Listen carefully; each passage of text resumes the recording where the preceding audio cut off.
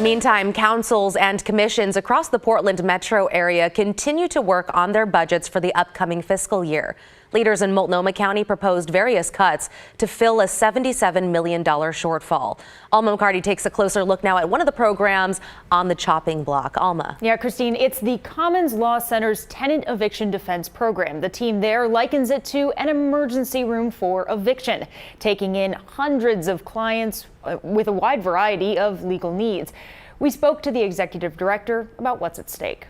We need to keep the people that are in housing housed. When facing eviction, Cameron Graham found many people didn't know what to do or just couldn't get the help. It was upward of 85% of them weren't able to get an attorney or get any sort of legal advice before court. There just simply aren't enough resources for everybody. So in response, the Commons Law Center started a mobile legal clinic, the Tenant Eviction Defense program, working with tenants right outside the courthouse as they wait for their first appearance. So anything from payment plans to setting trials, stipulated agreements, whatever the client wants. But our main focus is on helping people avoid eviction or facing future eviction. The program, funded by Multnomah County, is on track to prevent just over 1,400 evictions by the end of next month.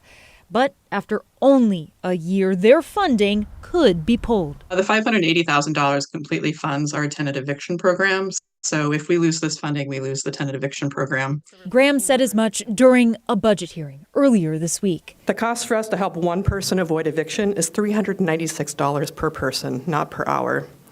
Compare that to the $1,832 for the cost of a basic shelter bed with no support services. Chair Jessica Vega Peterson responding to the proposed cuts by stating, in part, there is a likely and real chance that the eviction prevention legal services will receive additional resources in the budget we adopt in June. She went on to say, with significant decreases in emergency rent assistance, we will need to move to preventing evictions before the court process as much as possible. And worth mentioning that at this point in the budget process, none of these decisions are final. Over the next 3 weeks, Multnomah County commissioners will be hearing from the community on proposed reductions, with a final budget set to be voted on June 12th. Christine. Difficult decisions ahead. Thank you for your report, Alma.